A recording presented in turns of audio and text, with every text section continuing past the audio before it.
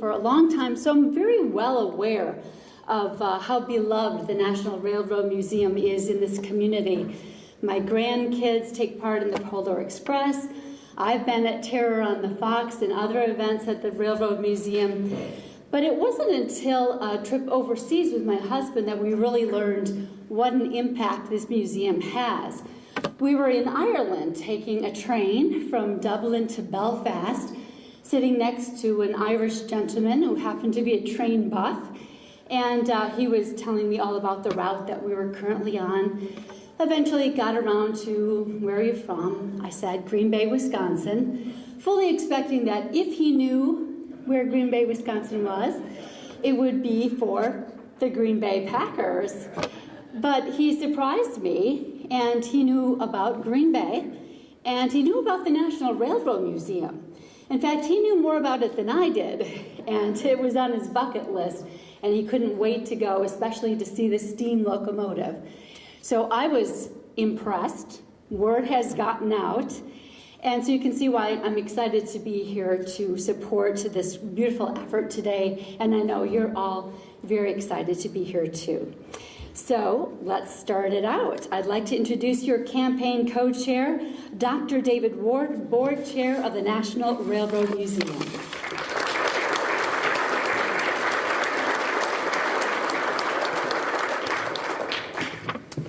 Thank you, Erin, and welcome everybody. Somebody asked me if I'm nervous. I'm not nervous. I'm really happy.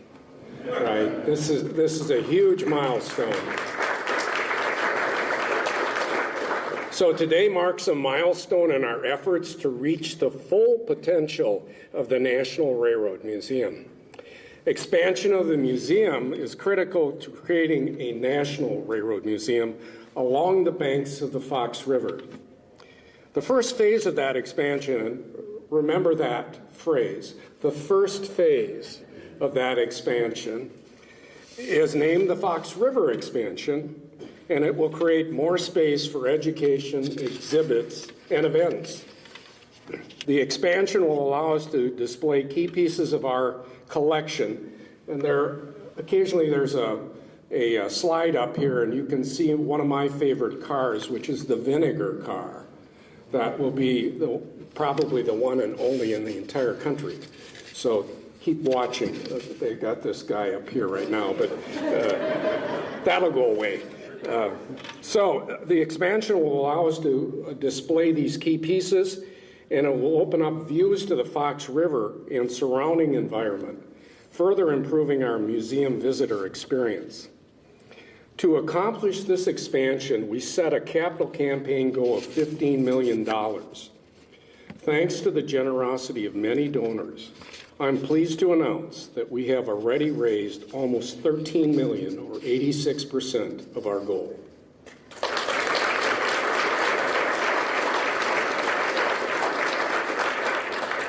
There are a lot of thank yous that go along with that $13 million.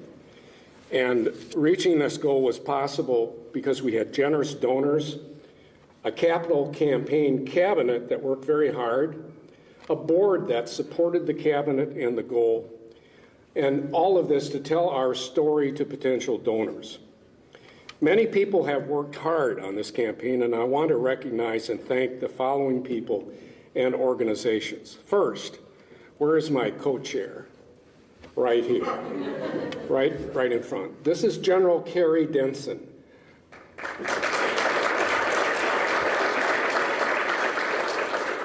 If you've never worked with a general before, it's a unique experience. He has energy, motivation, and great ideas, and he's been key to moving us along and keeping me on task. You know, that's an important thing.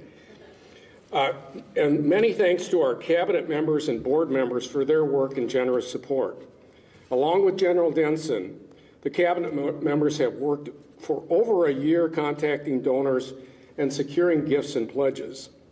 Now, I'd like to have our board members and cabinet members just stand up, if you would, to be recognized.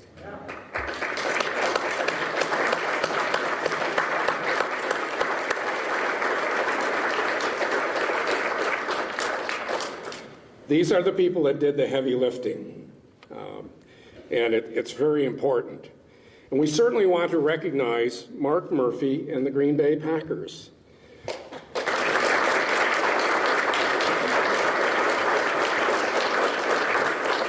That's almost always good for an applause line, right?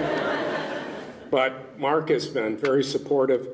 We started talking to him as far back as 2019. We've had 3 or 4 visits with him.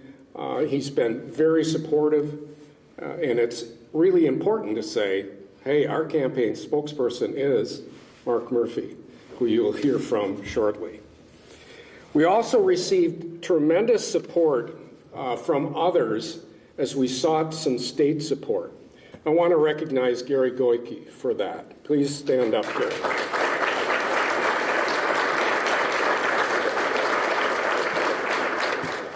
As many of you know, I spent about 35 years in the UW system.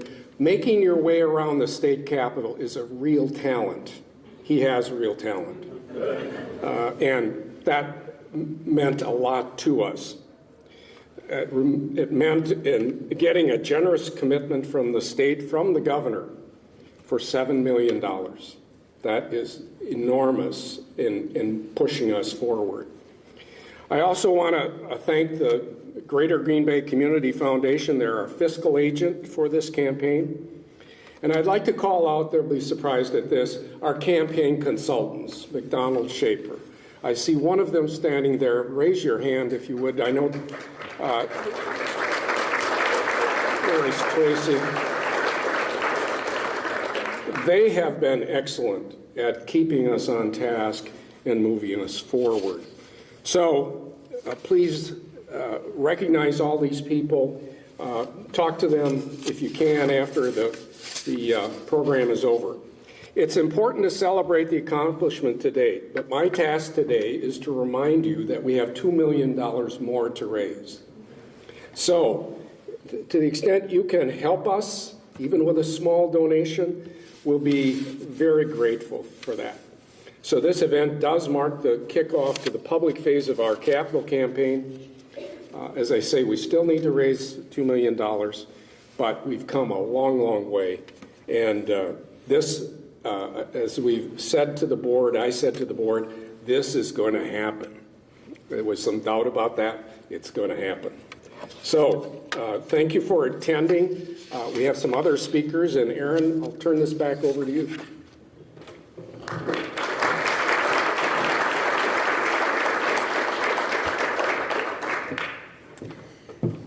Thank you, Dr. Ward. This is truly an exciting time for the National Railroad Museum. As one of the region's most beloved attractions, the museum plays a critical role in the economic vitality of our northeastern Wisconsin region. Did you know the museum attracts tourists from more than 40 countries and is one of the only local attractions offered as an onshore trip for passengers of Victory Cruise Line? It's true. The museum is also a popular add-on for travelers who want to experience the hometown of the Green Bay Packers. And speaking of the Packers, please join me in welcoming the honorary chairman, spokesperson, Green Bay Packers president and CEO, Mark Murphy.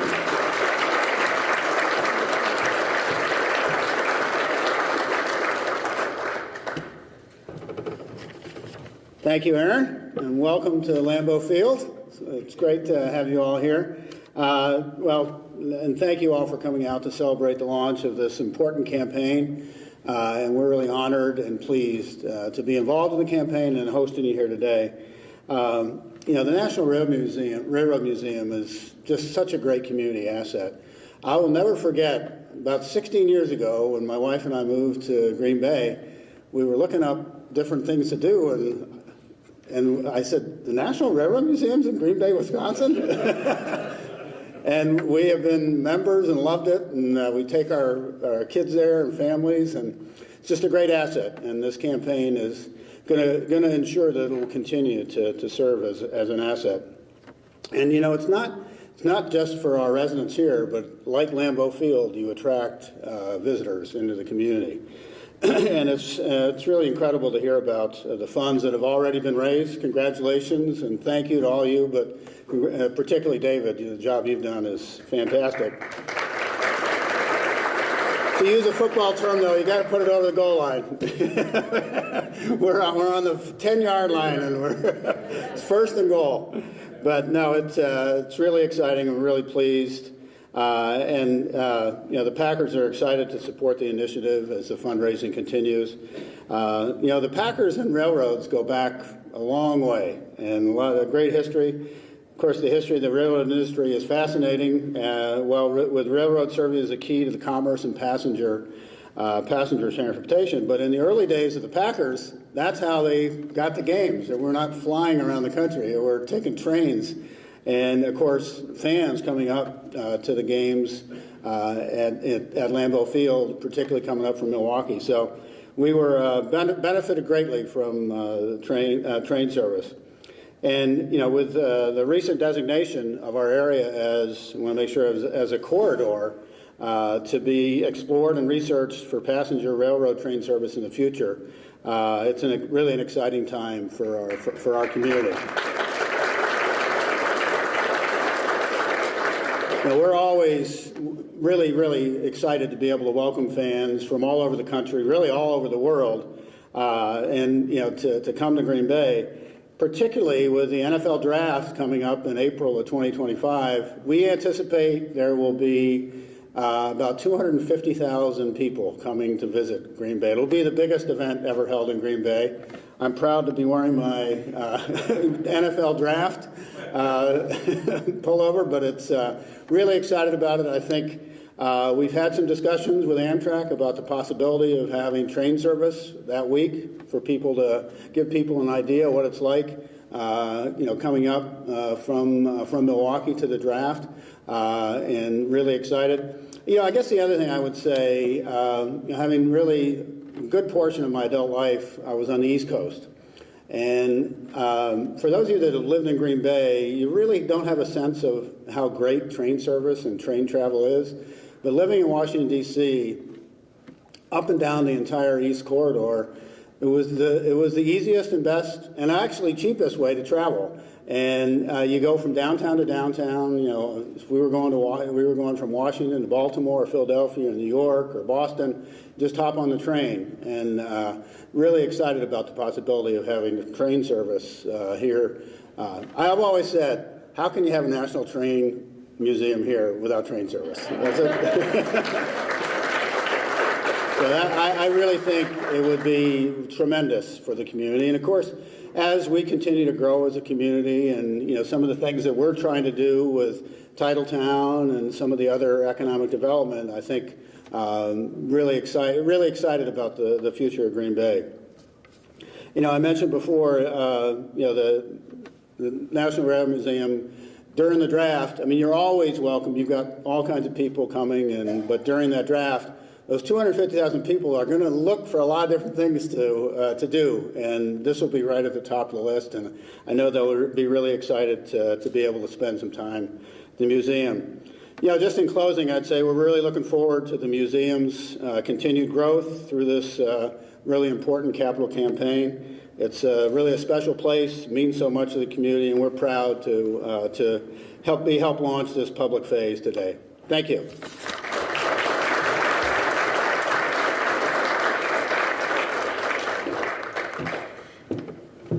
Thank you so much, Mark. In 100% agreement on train travel. Much more comfy as well. You can get up and walk around. Right. Well, the museum was founded in 1956, believe it or not, by community volunteers. It is now one of the oldest and largest U.S. institutions dedicated to preserving and interpreting the nation's railroad history. The museum is locally grown and at the same time a statewide treasure and a resource for people of all ages to learn about so much more than just trains. The museum offers teachers another classroom experience where the standardized curriculum is taught in a way that engages kids with on-site and interactive learning.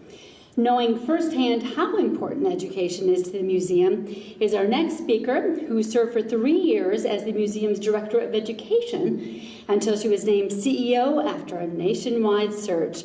Please help me welcome Jacqueline Frank, CEO of the National Railroad Museum.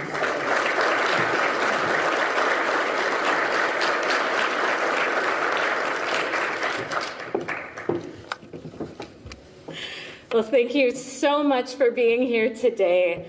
It is wonderful to be in a room with so many people who are supportive of the museum and more so supportive of the community through the work that we do with students who are at risk, have special needs, are advanced, or simply need something more to capture their imagination and help them thrive.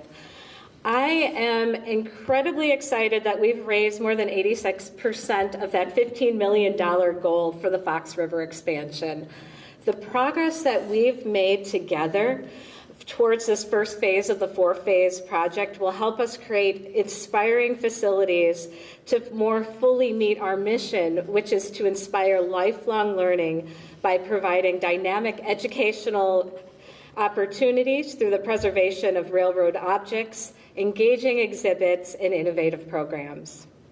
This project came out of a master site plan developed in 2015 when attendance had jumped more than 40% in 5 years. We realized that we needed space to grow, both physically and to better meet the needs and the mission and our vision, including creating and inspiring facilities that reflect the image of a national museum and fully utilize those opportunities.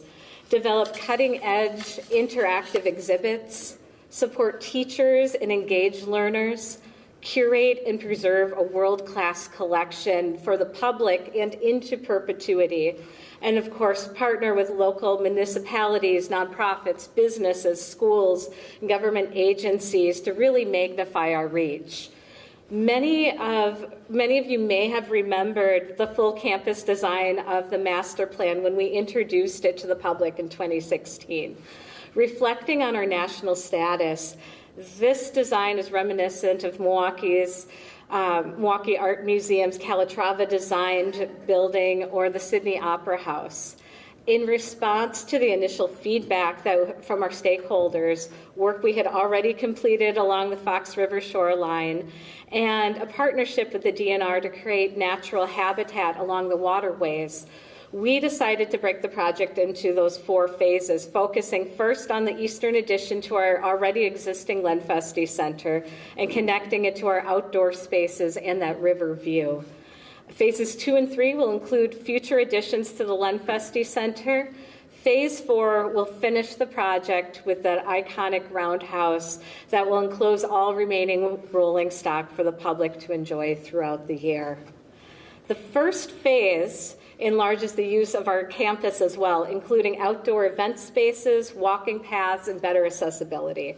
It will connect more than 25,000 additional square feet inside through a large terrace that can be also used for outdoor learning.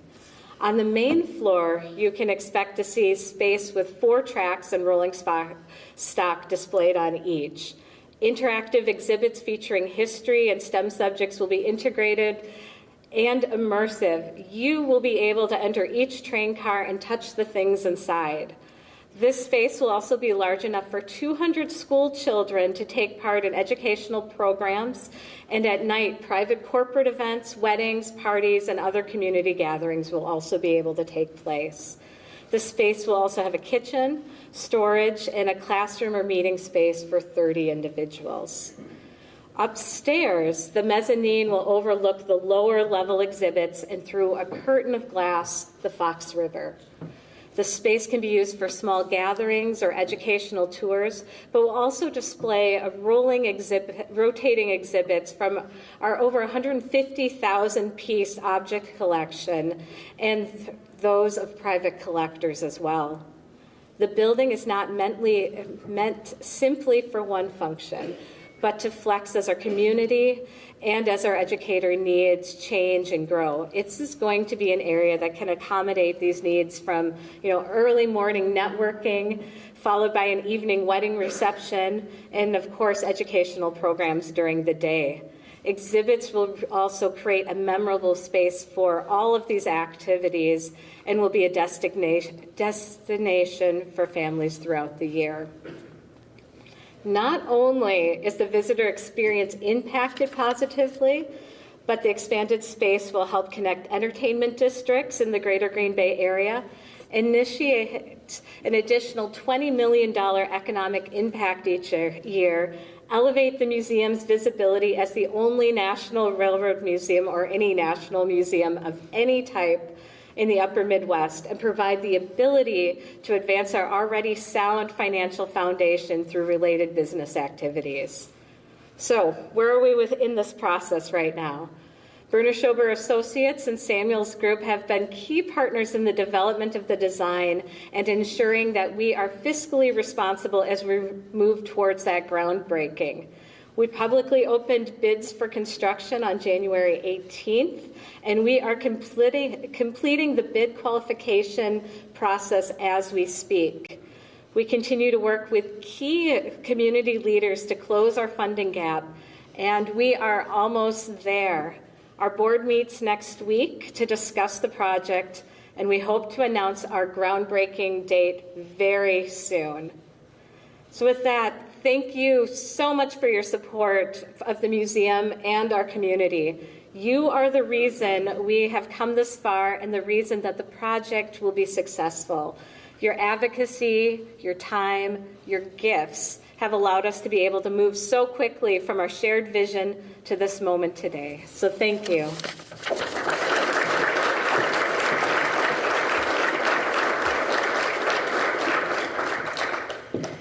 Thank you, Jacqueline. Stunning, very, very exciting to be hear about these incredible expansion plans. At this time, I'd like to welcome Wisconsin's Department of Administration Secretary Kathy Blumenfeld. Secretary Blumenfeld was appointed by Governor Tony Evers to lead the Department of Administration in January of 2022.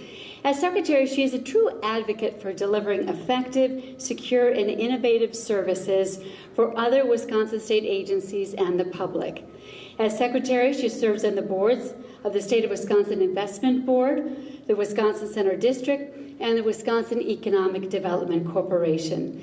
Please join me in welcoming Secretary Kathy Blumenfeld.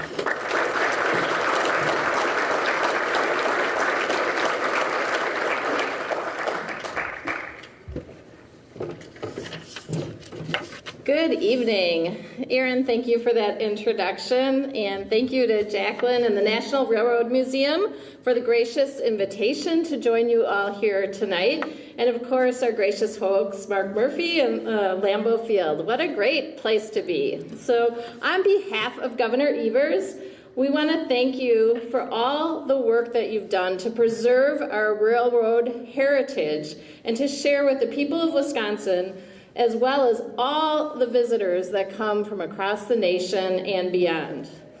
As many of you know, our governor, Governor Evers, prides himself on being the education governor. And that's one of the many reasons that we were proud to support the expansion of the museum with a $7 million grant using our American Rescue Plan funds for this much needed investment. The governor and I, we had so much fun when we had our visit. Jacqueline, you did a great job on the tour that you provided. I felt like a kid again. I mean, I looked at that big boy steam engine. I was like, oh my God, that is massive. And then looking at the Dwight Eisenhower train, and just kind of like living history as we walked through the cars, it inspired me. I went home and did all this research. Like, I felt like a kid again. It was just really, really tremendous and really inspiring. So we can't wait to return to the museum when the expansion is done. So we are just so supportive of institutions like this. It is great to know that with the expansion, there will be another 200 kids that can enter the facility and learn and capture their imagination and their desire to learn more. So it is just really, really excited. And we can't wait to watch the story continue to unfold. I love the phases that you have here in the expansion, and we want to be with you every step of the way. So full steam ahead, and best of wishes on a successful campaign. Thank you all so, so much.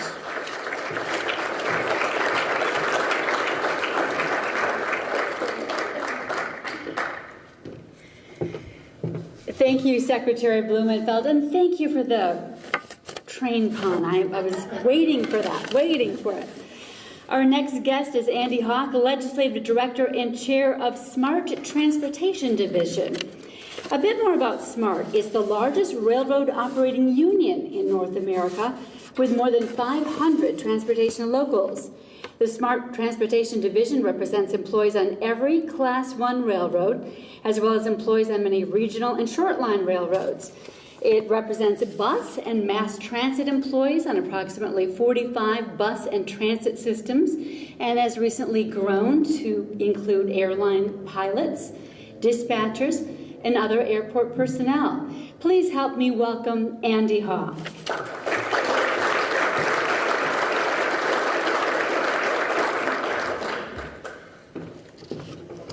Good afternoon. As she said, my name is Andy Hawk. I'm the State Director of the Smart Transportation Division for Wisconsin, representing roughly half the train conductors and engineers and their families right here at home. My dear friend Chuck Schultz from the Brotherhood of Locomotive Engineers and Trainmen joins us today in celebrating this magnificent kickoff event here at historic Lambeau Field. Chuck represents the other half of the locomotive cab of Wisconsin Railroad engineers and conductors and their families.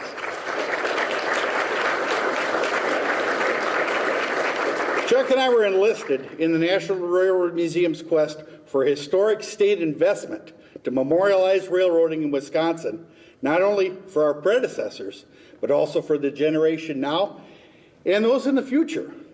We are delighted to join Jacqueline, David, and the entire board in their mission to inspire lifelong learning by providing dynamic educational opportunities through the preservation of railroad objects, engaging exhibits, and innovative programs. It is in this spirit of preservation that the railroad families of Wisconsin, past, present, and future, and I speak ever so briefly with you. Join me, if you would, as we step back in time. In 1847, Byron Kilbourne obtained a charter for the Milwaukee and Waukesha Railroad. With an initial capitalization of $100,000, the first railroad was born in Wisconsin. On May 19th, 1849, the company was reorganized with Byron Kilbourne as president of the Milwaukee, Waukesha, and Mississippi Railroad. The board of directors' names are storied in Wisconsin history: Mitchell, Holden, Neeland, Edgerton, and the railroad expanded its horizons for their enterprise. By February 5th, 1850, the first 5 miles of railroad was spiked down and operating, with westward construction continuing. 3 months after the inaugural run, the Milwaukee and Mississippi, with glorious fanfare, christened its first passenger run. The date is February 25th, 1851, and the railroad hosted a gala with keynote speakers, bands, fireworks, and a free lunch served precisely at 1 p.m. in the Milwaukee Car House, and a 4 p.m. departure for Waukesha. The fare for that very special event was $1.50.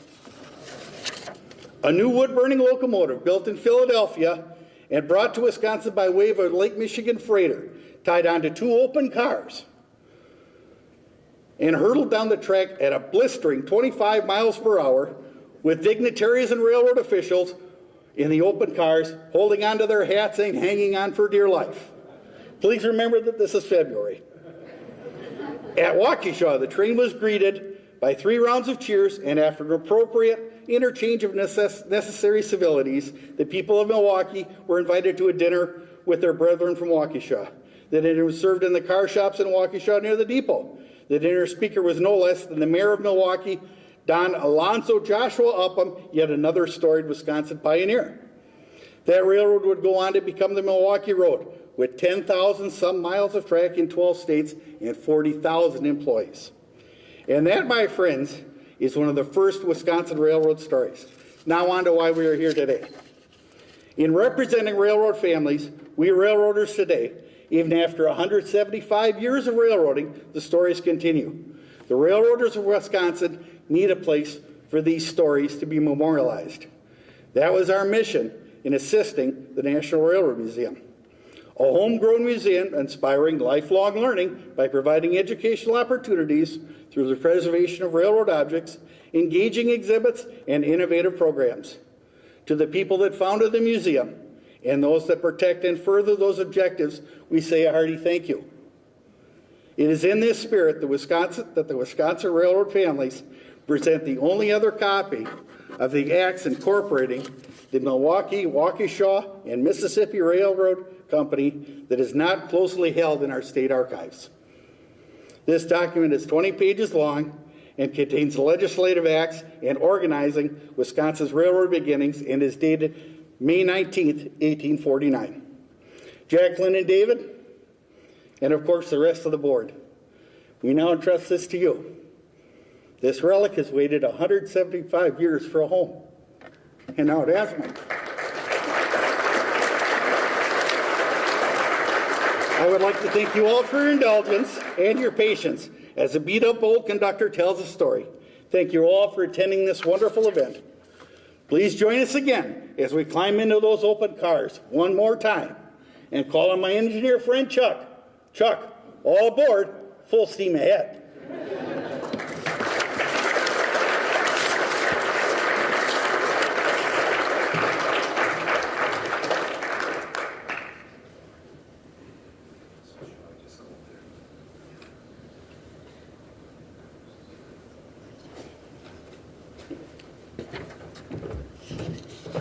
Andy, a marvelous story.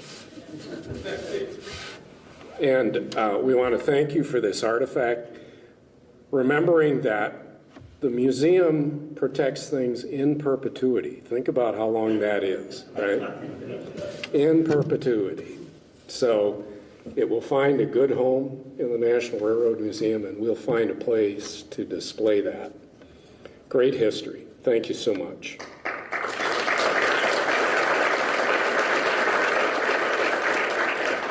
I do want to thank Aaron Davison for being our host here.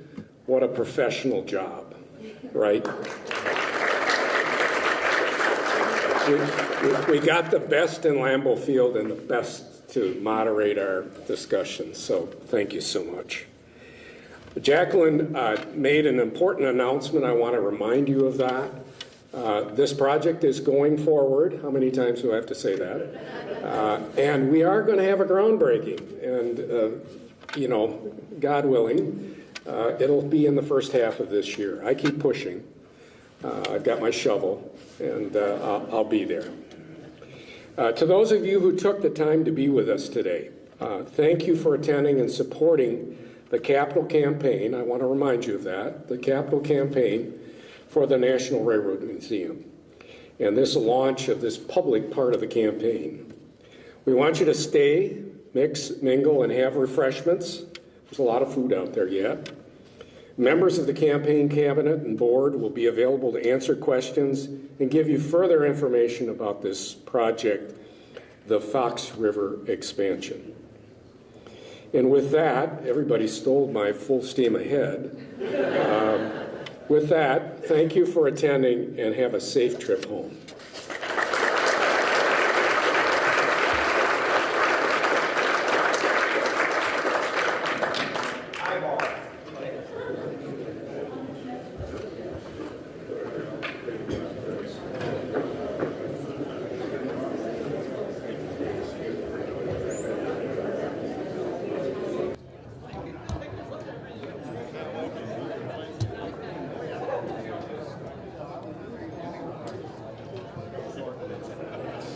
Do you have any additional?